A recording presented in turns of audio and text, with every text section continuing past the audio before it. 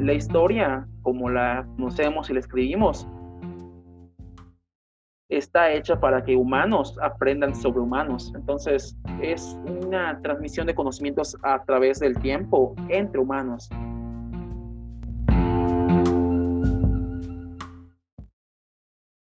Esta semana platiqué con Kevin Howe.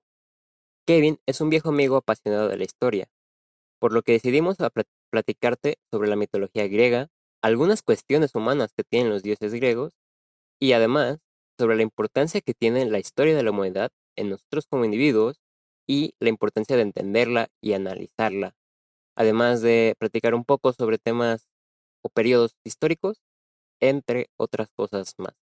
Es una plática que considero muy informativa y educativa, de una forma amena. Estoy muy contento del resultado y espero te guste y te sirva y sobre todo te motive a conocer un poco más de la historia. Sin más, te dejo con el episodio.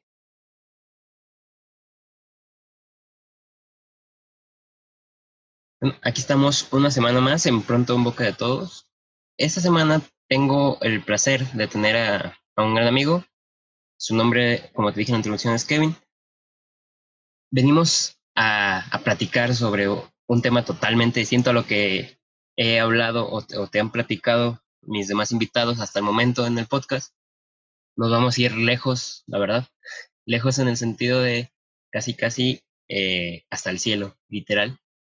Porque vamos a hablar de mitologías, o más bien, o más claro, de la mitología griega.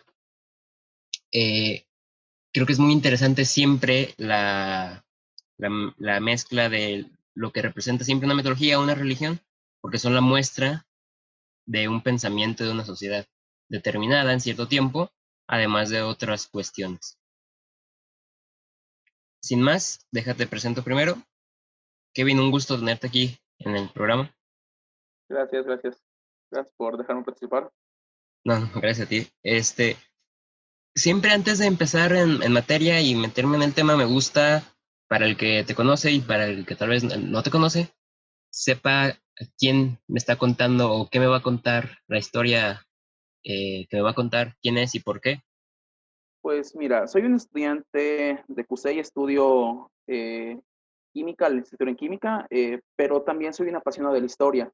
Desde pequeño me han gustado diferentes mitos y escuchar hablar sobre, pues, cómo han sido las cosas y ver diferentes puntos de vista en, pues, mitos, leyendas, y es una parte de la literatura que me interesa. Entonces, me gusta la mitología y por ello me gusta platicar un poco de ello a la gente que tal vez no sepa mucho o que le guste conocer un poquito más, e invitar a esa misma gente a que también lea un poquito más, estudie o conozca o vea videos, porque pues de todo puedes aprender, incluso en YouTube puedes aprender. Entonces, es lo que me gustaría decir. Sí, y es muy interesante, la verdad. Yo, por ejemplo, en mi caso personal, pues en mi carrera pues llevo historia, entonces pues tengo que meterle duro por ahí. Pero si, por ejemplo, yo en mi caso no del mundo antiguo, pues sé cosas básicas, ¿no? O sea, especialmente en este caso, en la mitología griega, la verdad es que más o menos conozco como, pues, a Zeus y demás, pero no conozco en materia. Por eso, y siempre se me ha hecho un tema muy interesante, pero nunca me he tomado el tiempo de investigarlo, porque tengo un conocimiento histórico más mm, después, por ¿Moderno? así decirlo, más moderno, entre comillas. Pero desde que te conozco, creo que siempre has sido, o sea, siempre has estado muy interesado y ya has sabido sobre ese tema. Y por eso es que creo que al ser tan interesante, más de uno va a estar interesado, valga la redundancia, en que nos cuentes y alguien que sepa un poquito más del tema. Y bueno, no sé por qué lado quieres empezar. Para ti que me escuches, no vamos a hablar de toda la mitología griega, pues es Es extensa. muy extensa, pero pues vamos a ir desmenuzando poco a poco algunos mitos o algunos fragmentos que tiene y otras cuestiones que se le pueden analizar, ¿no? Sí, pues mira, primero que nada, la mitología, a cierto punto refleja la cultura de su pueblo, porque hablemos, por ejemplo, del libertinaje que tenían los griegos. hablando digo, específicamente de libertinaje sexual, quiero decir, el rey de los dioses, Zeus, era mujeriego, era incestuoso y también era infiel, era bisexual, y aún así los griegos lo veían como el señor, el gran rey, a quien debes de respetar por sobre todas las cosas. Quiero decir, eh, tuvo amoríos con sus hermanas, tuvo amoríos con sus sobrinas, tuvo amoríos con mortales, todo mientras tenía esposa, que era Hera. Por otro lado, también no solo tuvo amantes hombres, mujeres, sino también amantes hombres. Y entonces no lo veían mal, es lo curioso. Quiero decir, en Grecia no se veía mal que hubieran parejas homosexuales. Muchos filósofos eran homosexuales y se les respetaba de la misma manera. Y muy curioso, ¿no? Porque que al ser el dios de dioses y el supremo, pues de esa imagen o, o eso. Y se nos hace curioso sobre todo por nuestra cultura occidental, creo yo, porque hablando pues de, no sé, me vengo al cristianismo, que es lo que más predomina en este lado del mundo, Ujú.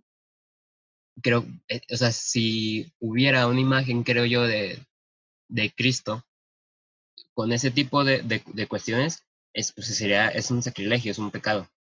Porque Sí, pues, es precisamente nuestra religión todo lo contrario, el libertinaje y todo ese tipo de cuestiones. Entonces, como tú decías, yo creo que es debido pues a cómo era la sociedad, ¿no? Pues si el rey supremo, el dios, perdón, puede hacer eso, porque yo como mortal no? sí, o sea, tenían, y lo único, algo muy curioso, sin embargo, es que a pesar de todas las depravaciones sexuales de Zeus, él veía muy mal el canibalismo.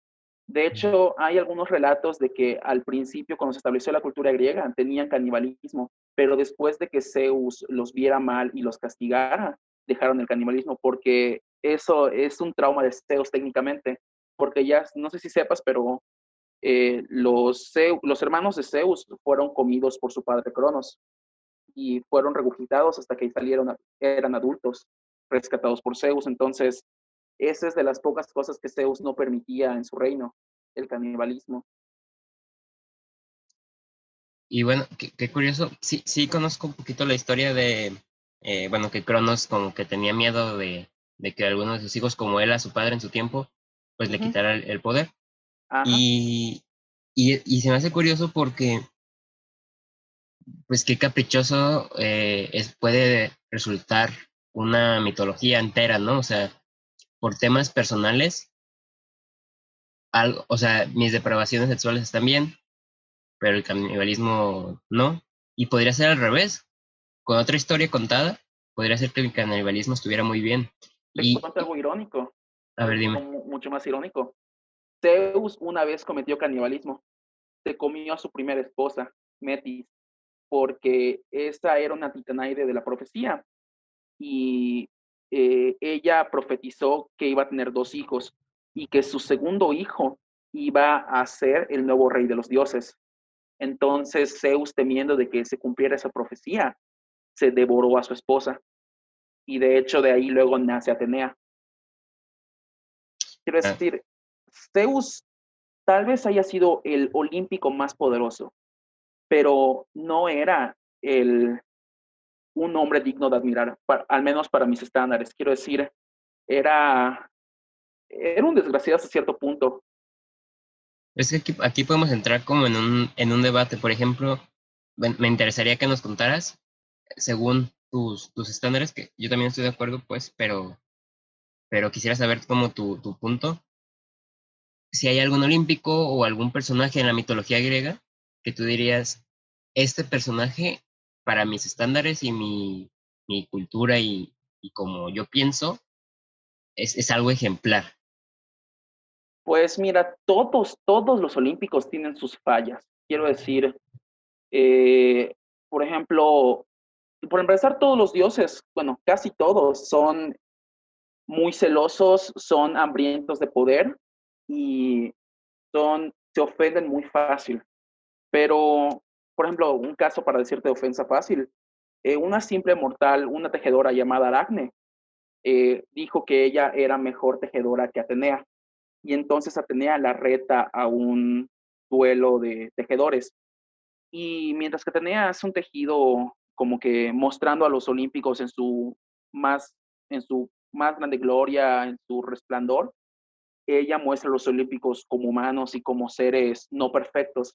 Entonces Atenea molesta por la ofensa a los olímpicos y porque el tejido, algunos decían que era superior al de ella, termina convirtiéndola en la primera araña. Pero si me dijeras un personaje digno de admiración, yo te podría decir que Hestia, que es la hermana mayor de todos los olímpicos, la primera generación de dioses.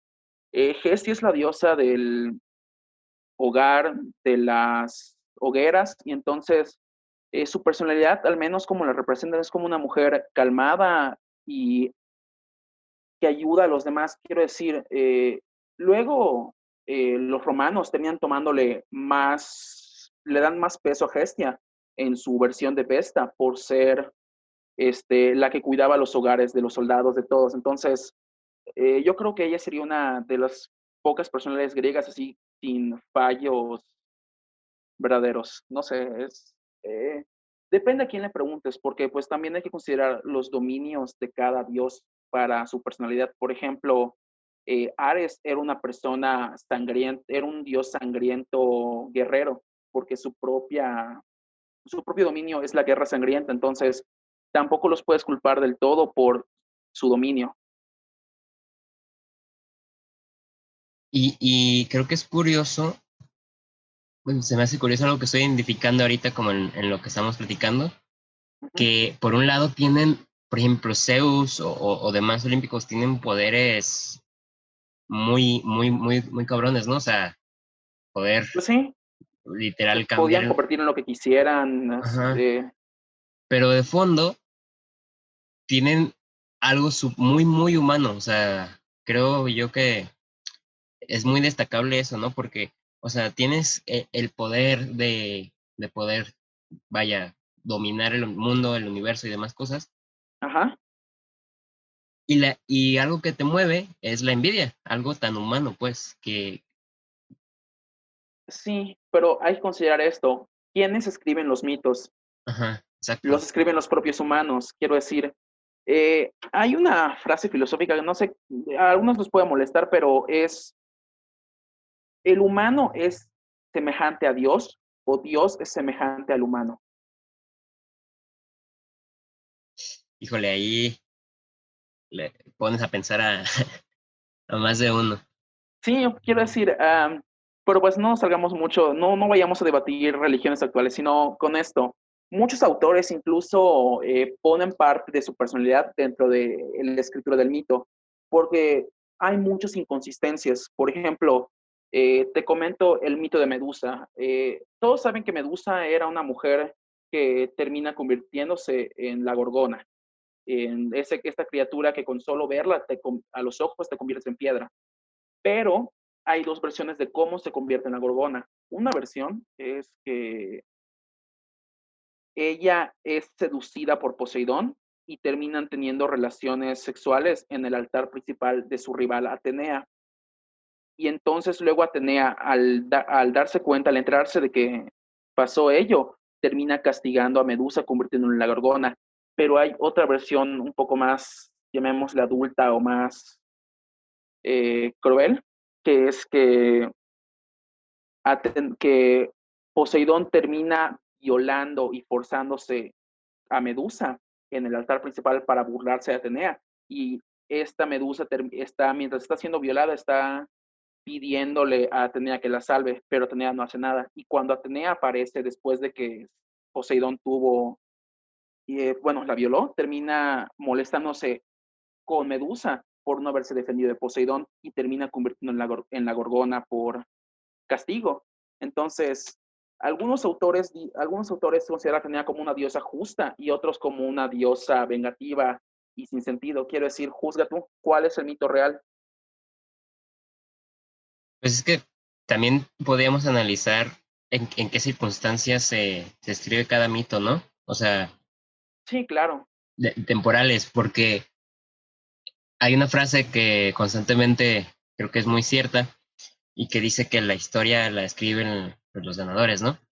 Pues sí, Y, o sea, es que es el punto, creo yo, y estamos hablando pues ahorita como de la mitología griega, pero eso que dijiste de que pues al final de cuentas los mitos los escriben los humanos, digo, no, es muy respetable las creencias de cada quien, pero eso pues, es una verdad. Y es muy curioso porque pues configura toda una esfera social, ¿no? Y mueve, al final de cuentas mueve a la gente. sí, claro. Independientemente de en qué creas o no, siempre la idea de una omnipotencia está usada para mover a la gente, para bien o para mal, que muchas Pues veces en la historia ha sido para mal. sí, pero pues hablando de eso de inmortalidad, no eran completamente inmortales los dioses. A Eran ver, cuéntame. inmortales en referencia a la edad. Quiero decir, no importa cuánto tiempo pase, no van a morir por ello. Pero, pero por, pero por heridas, pueden ser asesinados por otros inmortales. Quiero decir, Cronos técnicamente es asesinado por los dioses, entonces, y Urano fue asesinado antes por los titanes, entonces, todo, en la mitología griega todo es mortal con la técnica y el arma correcta. Y no, bueno, esa es una duda que me surgió ahorita, porque, por ejemplo, si nos vamos al budismo, podríamos hablar de reencarnación. Si nos vamos al Ajá, cristianismo, podríamos hablar de una, pues, resurrección. de una resurrección. ¿No habría algo así en la mitología griega? Como una resurrección, pues no, ahí fíjate que no sé, pero bien, por lo que he visto, no creo, sino que lo que les pasa es que tienen, los inmortales tienen un propio inframundo. Si nos vamos a la enorme jerarquía de divinidades en Grecia, los dioses eran los menores, quiero decir, lo más alto, lo que llamarías el dios de los dioses, era el caos. Y del caos tenías a los dioses primordiales, que los dioses primordiales eran las entidades básicas de la naturaleza, quiero decir, la tierra, el océano, el cielo, el inframundo. Luego tienes a los titanes, que son los hijos de Urano con Gea, y luego tienes a los dioses, que es los primeros dioses, son los hijos de Rea con Cronos. Entonces, hasta para eso los olímpicos no son tan poderosos como ellos mismos se pintaban en su religión. Quiero decir, Caos era el verdadero dios, pero Caos se supone que no es un ser pensante, solo una entidad, algo etéreo. Pero eso ya, ese tema de Caos ya era más tocado por filósofos que por religiosos y sacerdotes, porque se supone que quienes intervenían con los humanos eran solo los dioses. Que creo yo que podríamos hablar como de, es como mi manera rápida de analizarlo, ¿sabes? Como poder plasmar esta situación como un proceso de continuidad, ¿no? Por ejemplo, Cronos pues fue derrotado Ajá. y al final de cuentas, como tú dices, pues eran hasta cierto punto pues mortales, con como tú dices, con la arma o la técnica correcta. Uh-huh. A veces analizando como la historia nos parecen medio absurdos, ¿no? Uno espera cosas épicas y resulta que si le dan un pinchazo, digo así, algo al azar, en el, Aquiles, quiero decir, ajá, en el tobillo se y supone que ya era chingó. el tendón, ajá, el tobillo y ahí muere. Ah. Y no, pues bueno, ¿no? Son las interpretaciones. Pero si te fijas, creo que podríamos como de algo, este, que sigue una línea, ¿no? O sea, algo muy humano, otra vez. En este momento está este dios, que es el dios de dioses, pero por envidias, por profesiones, entre comillas, si así lo quieren ver, por muchas cosas más humanas también, puede venir alguien y destronarlo, asesinarlo y otra vez se repite el ciclo, ¿no? Y, sí, y eso pasa en la historia humana también, quiero decir, traiciones para que suba otra persona al trono o al gobierno. Porque Exa- incluso los mitos son, tienen mucha esencia humana. Porque quiero decir, tienes que basarte en algo y le tienes que terminar dando una esencia, aunque tú quieras darle algo divino, vas a terminar teniendo cierta humanidad. Quiero decir, hasta en las religiones monoteístas puedes darte un perfil de Dios. Por ejemplo, ¿cómo es el Dios de los musulmanes? ¿Cómo es Jehová para los musulmanes? Es vengativo. Si no estás conmigo, estás en mi contra. Por ejemplo, léete el Antiguo Testamento. Los israelitas tenían guerras con otros, con otras ciudades-estado por no ser creyentes de Jehová. Entonces, sí, incluso pues hasta los veían como un tipo de humano inferior, ¿no? O sea, sí, si no eras o creyente. sea, no veían mala esclavitud porque no eres parte de nuestra religión, de nuestro Señor, no eres siervo de nuestro Dios. E incluso eso pasó volviendo a Grecia, eso pasó en la guerra del Peloponeso. Quiero decir, hubo obviamente conflictos políticos y mortales, pero incluso se llevó al punto mitológico y divino de que era una guerra entre el pueblo de Atenea contra el pueblo de Ares. Quiero decir, los espartanos, el dios principal de los espartanos era Ares y la diosa principal de los atenienses era Atenea. Entonces, eso choca para que haya más conflicto. Quiero decir, termina siendo un conflicto político, económico, religioso. Sí, y es como algo que quisiera que tocáramos rápido. Se me hace muy interesante aquí o sea, diste muy acertado en el punto, en la guerra del Peloponeso, y se repite mucho en la historia, ¿no? Por ejemplo,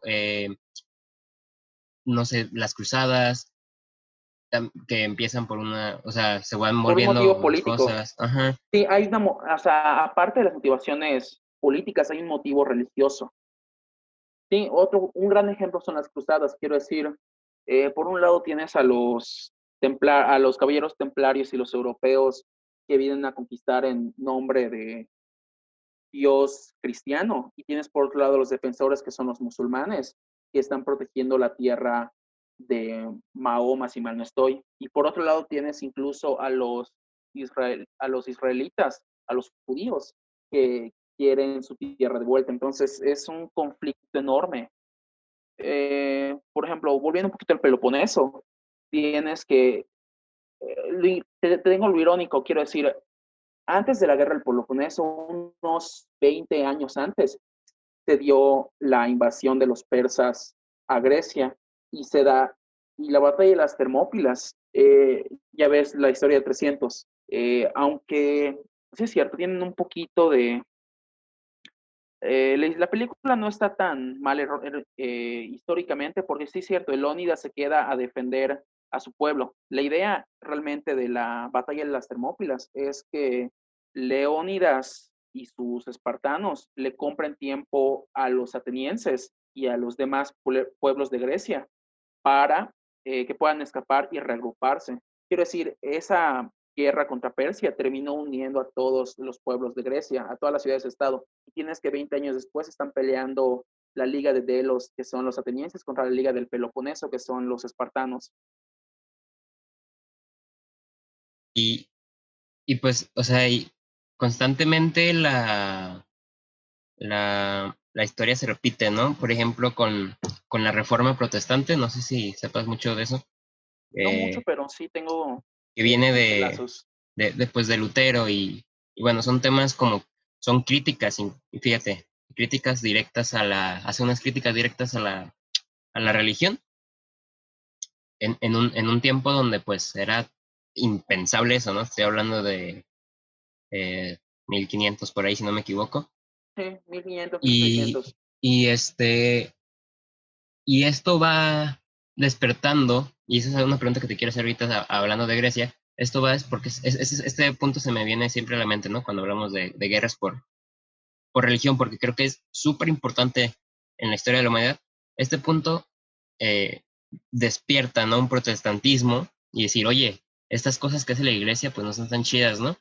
Ajá, Como que me cobres porque para no irme al infierno, porque según tú, esa es la salvación. sí, sí, por favor. Y se arma pero un desmadre, o sea, se arma una guerra que en su inicio fue religiosa, pero pues como sabemos, siempre se le meten más cosas.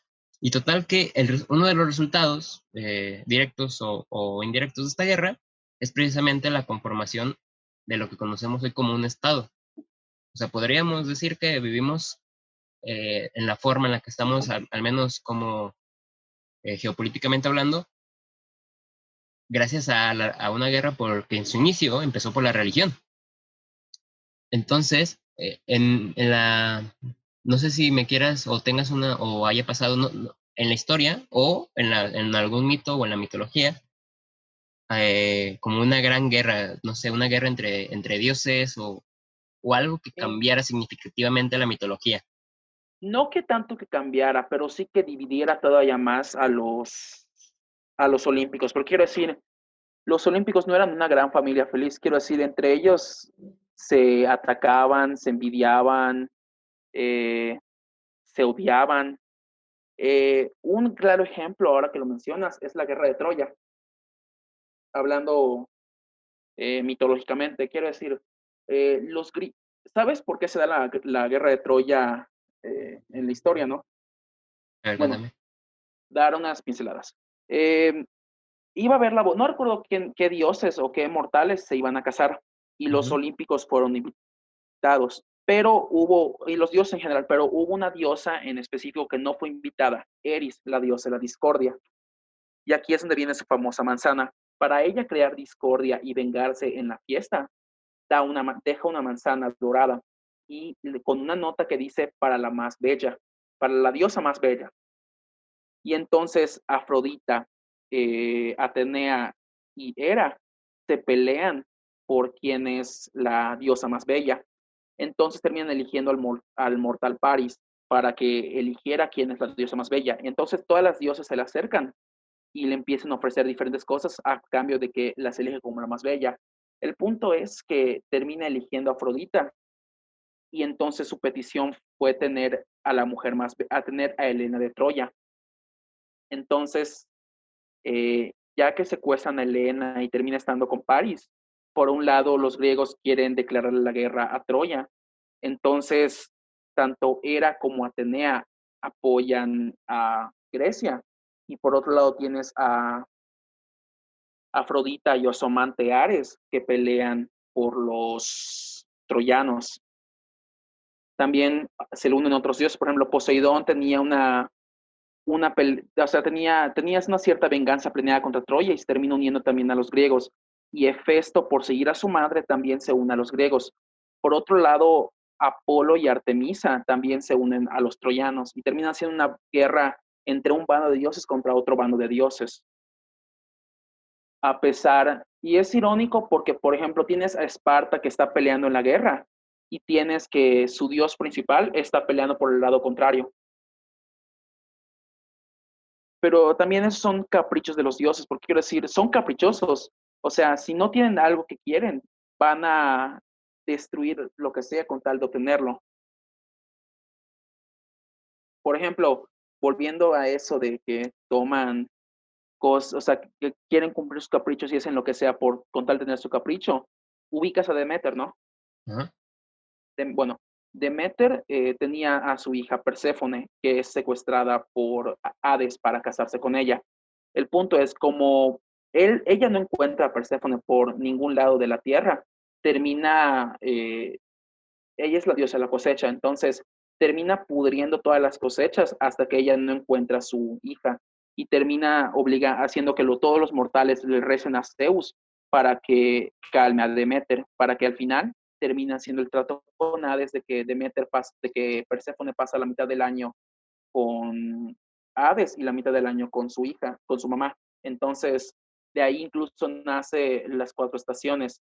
primavera y verano, que son cuando Perséfone está con Deméter, y otoño e invierno, que es cuando Perséfone está con Hades.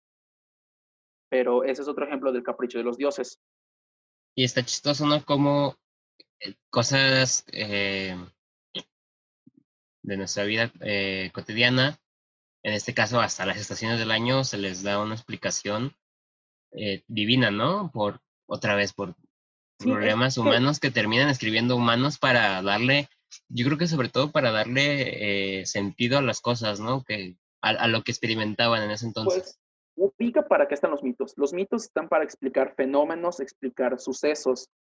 Y por otro lado, en esa época, la ciencia no estaba tan avanzada, aunque sí habían científicos y filósofos que se dedicaban a investigar los misterios de la naturaleza. Era más fácil atribuirle las cosas a los dioses, porque, o sea, es más, ¿cómo, o sea, en ese entonces, cómo quieres explicar el ciclo de la lluvia? O sea, ahorita llovió y luego no, y luego sí, y luego no. Ah, es que el dios de la lluvia está molesto y por eso no está lloviendo. Y cuando está feliz, nos llueve y nos crecen las cosechas. Y bueno, se me hace curioso cómo en ese tipo de cosas puede en ese entonces una sociedad ser, yo no llamaría ignorante, sino más bien que pues simplemente no tenía el conocimiento mm, y se lo atribuye a estas cosas, pero por otro lado, cosas que para ellos eran normales, en nuestra sociedad actual se sigue satanizando. Me refiero a cosas tan, que debían ser tan normales como la homosexualidad, ¿no? O sea, como para ellos era algo totalmente válido y normal, y ahora que estamos tantos siglos después, tantos años después, yo te puedo explicar perfectamente cómo es el ciclo del agua y por qué llueve en este momento y por qué mañana no llueve, pero hay mucha gente en nuestra sociedad, y estoy hablando aquí en Occidente, porque pues si nos vamos a Oriente, hay lugares donde es todavía peor, Sí, claro. donde los temas como el aborto, eh, la homosexualidad y demás temas sociales están penados, incluso hasta en algunos países hasta con muerte. Pues piensa que tienes un periodo histórico que yo lo llamaría horrible, que es la era negra de la ciencia y del arte, que es la era medieval.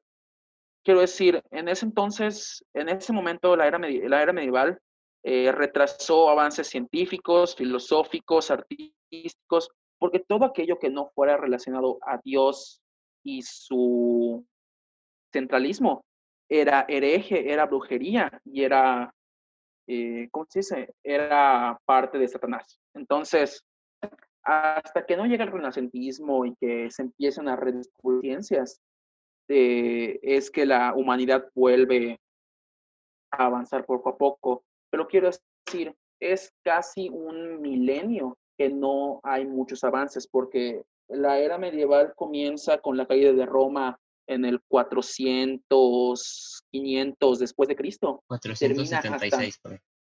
Ah, Ajá. y termina hasta mediados de los 1400 con la caída de Constantinopla. Entonces, tienes 1000 años que no hubo avances científicos, no hubo cultura, o sea, todo se quedó estancado. Y por ello mismo, eh, me atrevería a decir que si no hubiera habido la Edad Media, podría ser que hoy en día estemos como en Star Wars, que tengamos naves espaciales, sables de luz, eh, conozcamos incluso otras razas, porque 1000 años, quiero decir, si solo en 100 años comenzamos de apenas tener el automóvil y los aeroplanos, a que ahorita tenemos viajes espaciales y tenemos una red de comunicación enorme como es el Internet, que no hubiéramos podido desarrollar en 1000 años.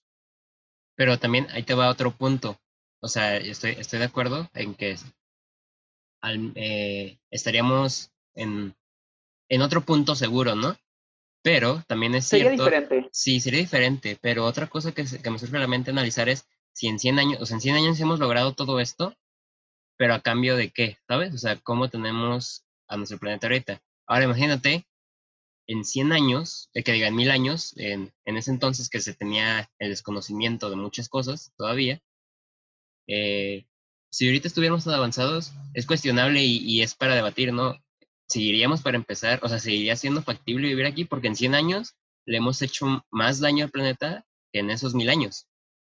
Sí, claro, o sea, ahí es otro debate, ambientalismo y también tienes, hasta cierto punto, ética, porque ha- hay energías más limpias, pero el propio gobierno, las propias empresas no les conviene que se utilicen esas energías limpias, porque, por ejemplo, es más factible la energía solar eólica, pero ¿por qué no quieren utilizarla tanto? Porque porque las empresas petroleras generan más dinero.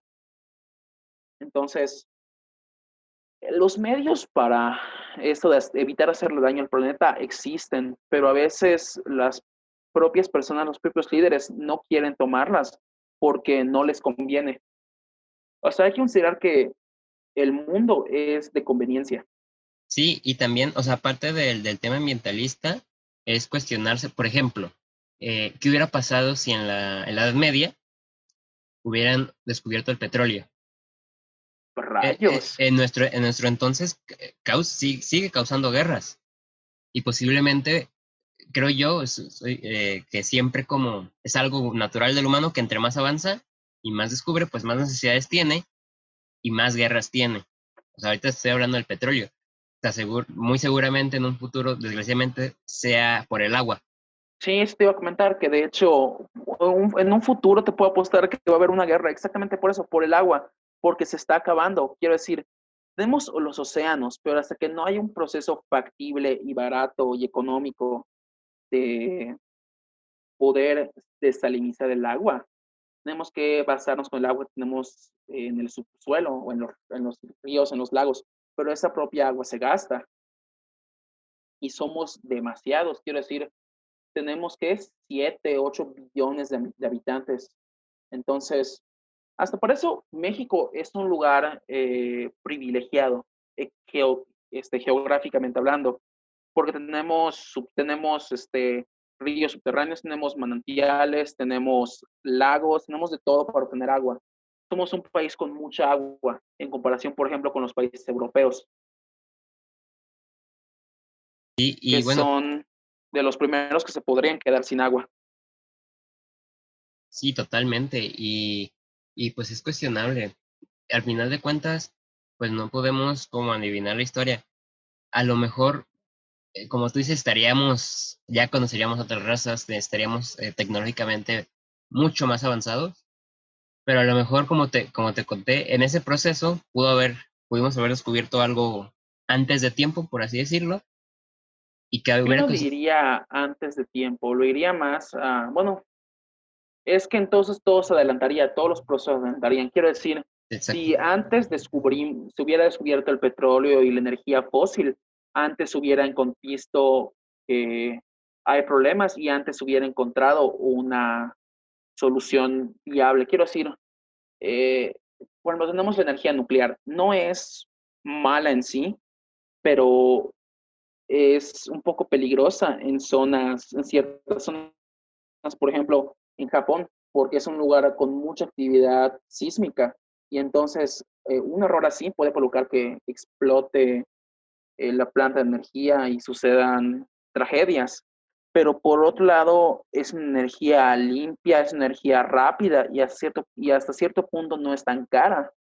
Por ejemplo, también tienes la energía eólica que en ciertos puntos es decente, es excelente porque es un lugar en el que pasan corrientes de viento constantemente.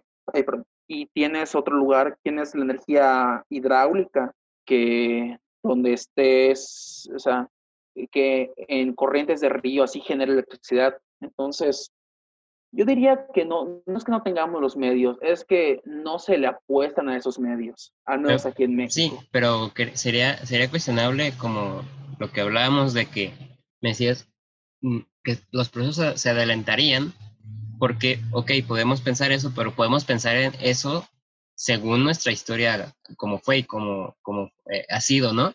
Pero hay que analizar también que si otros procesos se adelantan, también se desarrollan en un contexto histórico diferente.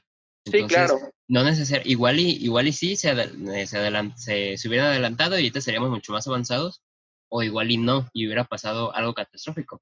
Pues sí, o sea, quitar la Edad Media es básicamente quitar la religión católica, quitar la religión musulmana, quitar las religiones que hoy en día conocemos, porque o sea, ese fue su auge. Entonces, eh, obviamente, si no hubiera habido Edad Media, no hubiera habido renacentismo, no hubiera habido la necesidad de un renacimiento, pero quiero decir, ¿qué se pudo haber perdido en ello? ¿Qué se pudo? No podemos cambiar la historia, pero pues a cierto punto, al menos a mi parecer, es un poco divertido imaginar qué hubiera pasado si. Sí, exacto. Y creo que lo más como chido de la historia y demás es analizarla y sacarle el provecho en la cuestión de que decir, ok, esto sirvió para esto, ¿no? O sea, sirvió para todo proceso en la historia, ha servido y dado pie a lo siguiente proceso y a nuestra historia como humanidad. Y analizando podemos entender siempre de dónde venimos, ¿no? Entonces, Pues al menos hasta las para eso cuestiones. sí, claro, hay una frase que es, aquel que no conoce su historia está condenado a repetirla. Y ha Y pasado. sí, sí, muchas veces y seguirá pasando y a veces hasta que aún conociéndola, la repite, ¿sabes? Si nos vamos a casos Sí, como México, por ejemplo, muchas veces ha repetido ajá. su historia y sí la conoce. Y Bueno, la conoce de pincelazos, porque hasta para eso volvemos al otro de que el vencedor escribe la historia. Entonces, tú ves una versión de la historia, pero no ves o sea, es complicado ver el panorama completo. Que eso es algo que le tengo que admirar a los historiadores o aquellos que estudian historia de manera profesional y no amateur, como puedo estudiarla yo, puedo estudiarla tú o cualquier persona, porque tienen que documentarse no solo de los textos oficiales, sino indagar más allá, lo que dirías está oculto. sí, exacto. Yo, o sea, te cuento como personalmente, te digo, en mi carrera como que llevo historia. Entonces, Ajá, pues, no voy a ser historiador, pero sí es una parte muy importante de mi formación. Entonces, se podría decir que estudio historia de manera, pues, profesional. sí, claro. E incluso para mí digo, nunca ha sido como lo que más me llama la atención del mundo. Sí me gusta mucho, pero pues mis intereses son más otras cosas. Pero te doy mucho la razón. Es muy complicado porque no es tan fácil de entender como leer, porque mucha gente piensa que la historia es ver fechas y ver acontecimientos, pero pues es porque precisamente es algo que nos han enseñado a hacer, a ver fechas y ver acontecimientos y que en eso quédate, ¿no?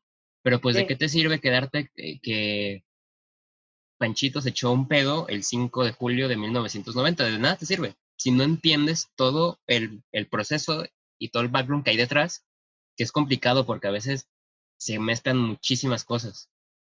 sí. De hecho, ahí es un punto que me acabas de recordar. Muchas veces se estudia la historia lineal. Quiero decir, por ejemplo, te puedo apostar que en la primaria, en la secundaria, un profesor te llegó a decir, haz tu línea del tiempo y haces tu línea tal cual y vas poniendo, en 1900 y pico o tal cosa pasó y así vas haciendo tu línea. Pero es un error porque solo te enfocas en un pequeño momentito de la historia, en un pequeño lugar de la historia. Yo digo que la historia se debería estudiar como una red, porque quiero decir, mientras en tal lugar, por ejemplo, mientras estaba pasando la Revolución Francesa en Francia, los estadounidenses estaban empezando a consolidar su país. Y mientras que los estadounidenses estaban consolidando su país, los países latinoamericanos tuvieron las ideas de independizarse. O por ejemplo, tienes que en la Primera Guerra Mundial, mientras se da el conflicto en Europa occidental y central, entre los países Alemania, Inglaterra, Francia, tienes que en Rusia está pasando su revolución y al mismo tiempo está pasando la revolución aquí en México.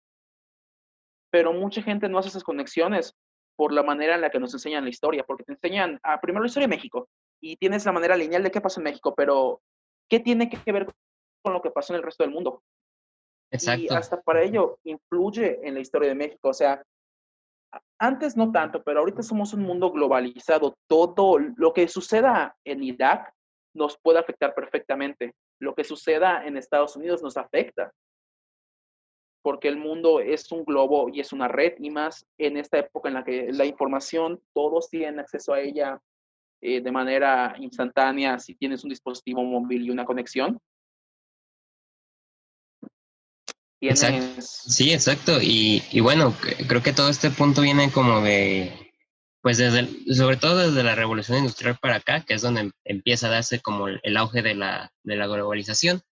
Sí, Y es muy, a mí muchas veces me han preguntado esto y me dicen, ¿para qué sirve estudiar historia? Y yo también me lo llegué a cuestionar, ¿sabes? O sea, en algún punto de mi vida dije, ¿para qué me sirve?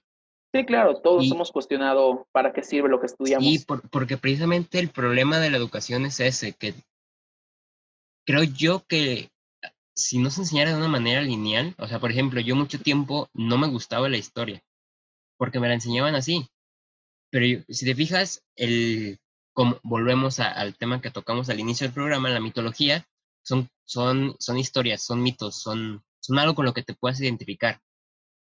Ujú. Y es algo muy humano que te interesen las historias.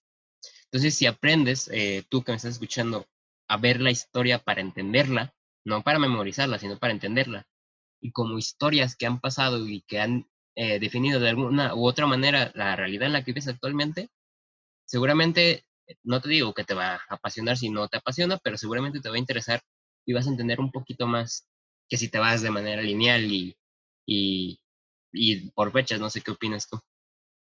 Pues sí, o sea, eh, estudiar de manera lineal la historia es tedioso y es aburrido. Te lo digo porque yo así estudié al principio cuando pues, estaba en la escuela. Pero pues ya que terminé la secundaria y comencé la prepa, pues realmente en la prepa no vimos historia como tal. Quiero decir, vimos pinceladas de algunas cosas, pero ya que uno lo lee o lo ve o lo estudia un poquito más por pasión o por gusto, te vas dando cuenta que muchos sucesos encajan uno dentro del otro y terminan siendo la gran, sí, red, esfera de la historia. Quiero decir, eh, ¿cómo decirlo? Tienes tienes un punto en el espacio y tiempo. Y ese punto en el espacio y tiempo se va conectando con otros y otros y otros y otros y otros. Y esos más puntos van conectando con otros, otros, otros, otros. Y termina siendo una red enorme y gigante de toda la historia humana. Quiero decir, a cierto punto sí lo podrías ver un poco lineal en que primero pasó esto y luego esto. Pero también tienes que verlo en que mientras pasó esto en tal lugar, pasó otra cosa en otro lugar. Entonces tienes eh, un enorme un enorme camino y una enorme historia. Porque es decir, el humano cuando tiene como 10.000 años viviendo en el mundo que ha registrado su historia, y aún así, este, todo lo que conocemos no podría caber en, en un libro, no podría caber, no podría resumirlo todo, porque todos los detalles te dan, todo te puede dar detalles, todos los detalles pueden ser interesantes para la persona correcta. Pero Exacto, en y términos generales, yo digo, la historia es divertida, es entretenida y es irónica, porque te encuentras ironías en la vida. sí, sí, mucho. Por ejemplo, volviendo un poco al tema anterior, al tema del inicio, tienes, por ejemplo, el mito de Edipo. Si ubicas a Edipo, bueno, Sí, sí, sí. Edipo se enamora de su madre sin saberlo y, y la profecía era que Edipo terminaría matando a su abuelo y lo termina matando, pero no de manera voluntaria, sino por pura coincidencia. Y en la historia pasa mucho eso, coincidencias e ironías. Claro que existen también las teorías conspirativas de que en realidad no fue una casualidad y todo fue planeado, pero como no hay la certeza de si es si es conspirativo y todo fue planeado o no. Te puedes encontrar cosas muy divertidas en la historia, te puedes encontrar cosas muy divertidas en la mitología. Y quiero decir, no solo está la mitología griega, o sea, hasta para eso, Grecia en el mundo, en nuestro mundo, es un lugar muy pequeño. Quiero decir, México es casi tan grande como toda Europa. Y aún así, yo diría que no sabemos mucho de nuestra historia precolonial. Quiero decir, no aprendemos mucho sobre los mayas, los aztecas, los mexicas, y es nuestra historia, es nuestra cultura. Entonces, eso es algo que a veces me entristece un poco de que mucha gente no le toma el tiempo para aprender un poquito más sobre su historia, sobre su cultura, sobre su descendencia, porque quiero decir, muchos países matarían por tener ¿cómo se dice? Nuestra vasta cultura. Quiero decir, bueno, por ejemplo, Yugoslovaquia, que no sé si existe, pero un país de Europa Central que eran campesinos, Edad Media, bla, bla, bla. Comparas esos países con nuestro país en toda su vasta cultura. ¿Quién no quisiera tener más cultura como México? Sí, incluso dioses, ¿no? O sea, porque si nos vamos como tú decías, Europa, pues muchos países se conformaron en un inicio por campesinos que fueron luego subyugados y se repartieron a lo largo de la historia de unas manos a otras manos Ajá. y hay muchos países que no es por hacer menos, pero pues sí tienen una historia o unos inicios pues de subyugación, ¿no? Aquí en México igualmente, en la época colonial, pero como tú dices antes, pues todo este mezcla, ¿no? De culturas de mesoamericanas, de dioses y de una civilización entera antes de la colonización. Sí, por ejemplo, eh, bueno, yo que soy de Yucatán, pues tengo más apego a la cultura maya. Si uno lee un poquito, escucha un poquito sobre los mayas, se da cuenta que eran una civilización muy, muy avanzada en comparación con otras. Quiero decir, eran unos genios astronómicos y matemáticos. Fueron capaces de producir un calendario y predecir eclipses con una precisión casi perfecta. Entonces, ese es otro punto. A mí me gustaría que como mexicanos nos sintiéramos más orgullosos, no solo de nuestra historia colonial y más hacia lo moderno, sino también de nuestras herencias prehispánicas. O sea, teníamos ingenio, teníamos otra cultura y hasta cierto punto no todo lo hemos perdido, pero México pues también eso es un amalgama, porque pues tenemos influencias españolas, tenemos influencias prehispánicas, tenemos influencias europeas, estadounidenses, porque eh, poco a poco el mundo, lo que ha llegado a México se queda. Y no somos el único país, al único país, no somos el único país al que eso le pasa. Tienes, por ejemplo, Estados Unidos, es una amalgama de culturas y tradiciones. De todo el mundo. Ujú. Bueno, es un tema como muy largo para analizar. Espero que tú que me estés escuchando pueda, o pueda, Kevin, sacarte una espinita, aunque sea, de investigar más sobre sentido de pertenencia, ¿no? Primero sobre tu país y luego Sí. también comprenderlo sobre todo lo que ha pasado a nivel global. Y para cerrar, Kevin, me gustaría Ujú. que le dijeras a quien te escucha, porque creo que eres alguien que, digo, eres más que un aficionado de la historia, pero hablando de nuestro tema, si tú le tuvieras que decir imagínate que tienes a alguien frente a ti que dice, es que a mí la historia no sirve o eso no es para mí, ¿sabes? Tú como apasionado y que te gusta mucho y sabes la importancia que tiene para, si igual hay alguien que piensa que no es relevante, ¿tú qué le dirías para que se pudiera, o qué le transmitirías para que pudiera interesarse? Pues la historia es una ciencia es una ciencia humana. Quiero decir, no es algo de la naturaleza, es algo que nosotros como seres humanos hemos creado, el estudio de esto. Entonces, eh, no puedo obligar a las personas a que les guste, pero sí les podría aconsejar que, aunque sea, estudien o sea, sepan un poquito más, tal vez no de la historia del mundo, porque pues no les puede interesar, pero sí de su historia personal, de quiénes eran tus abuelos, de qué era tu familia, de qué es tu país, de qué fue. O sea, no tanto para hacerte el más culto, hacerte sentir mejor, o sea, ser como que yo sé más que usted, sino más el sentido de que tener un poquito más de conocimiento sobre y sentirte más orgulloso de quién eres y de qué es el mundo. Y haces eso sentirte orgulloso de ser humano, porque la historia, como la conocemos y la escribimos, está hecha para que humanos aprendan sobre humanos. Entonces, es una transmisión de conocimientos a través del tiempo entre humanos.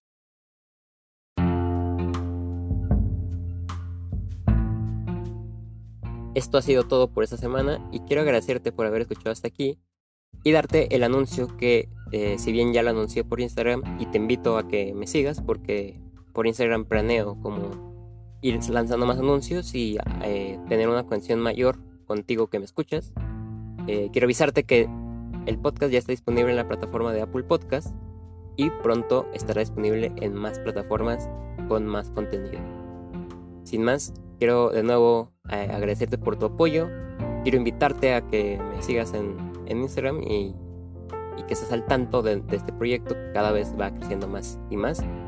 Y estoy muy contento de el apoyo que ha recibido y sobre todo de los testimonios que me han llegado de las personas a las que algún fragmento o alguna parte les ha ayudado o los ha motivado en algún aspecto de su vida.